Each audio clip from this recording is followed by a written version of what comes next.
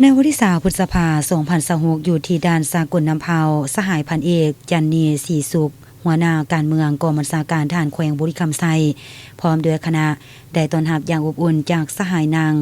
เงียนทิงเมียดหองประธานคณะกรรมการประชาชนหัวหน้าคณะปฏิบัติงานพิเศษแขวงหาติงสาธารณรัฐสังคมนิยมเวียดนามพร้อมด้วยคณะที่เดินทางมาปฏิบัติหน้าที่รับเอาอัฐิทหารอาสาสมัครและเซี่ยวซานเวียดนามกลับคืนประเทศตามแผนการร่วมมือของ2ภาค2รัฐลาวเวียดนาม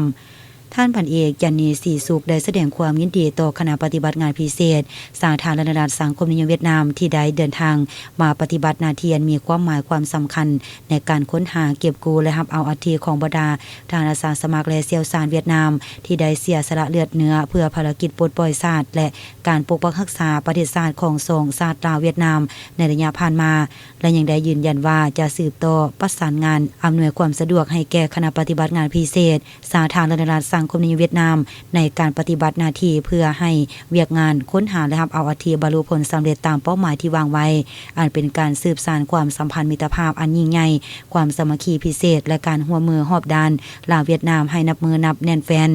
จากนั้นคณะผู้แทนก็ได้เข้าวางพวงมาลาจุดธูปอยู่ที่หอบูชาอัฐิทหารอาสาสมัครและเซี่ยวซานเวียดนามที่เสียสละชีวิตในปางสงครามอยู่สาธารณรัฐประชาธิปไตยประชาชนลาว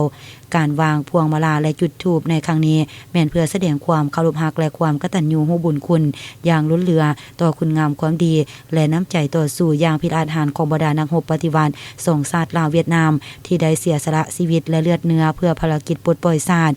นักรบสองชาติลาวเวียดนามได้เคียงบ่าเคียงไหล่ต้านศัตรูตัวเดียวกันอย่างองอาจกล้าหาญภายใต้การนำพาของพรรคประชาชนปฏิวัติลาวและพรรคคอมมิวนิสต์เวียดนามจนสามารถญาได้เอกราชและสถาปนาสาธารณรัฐประชาธิปไตยประชาชนลาวให้มีความมั่นคงมาฮอดปัจจุบัน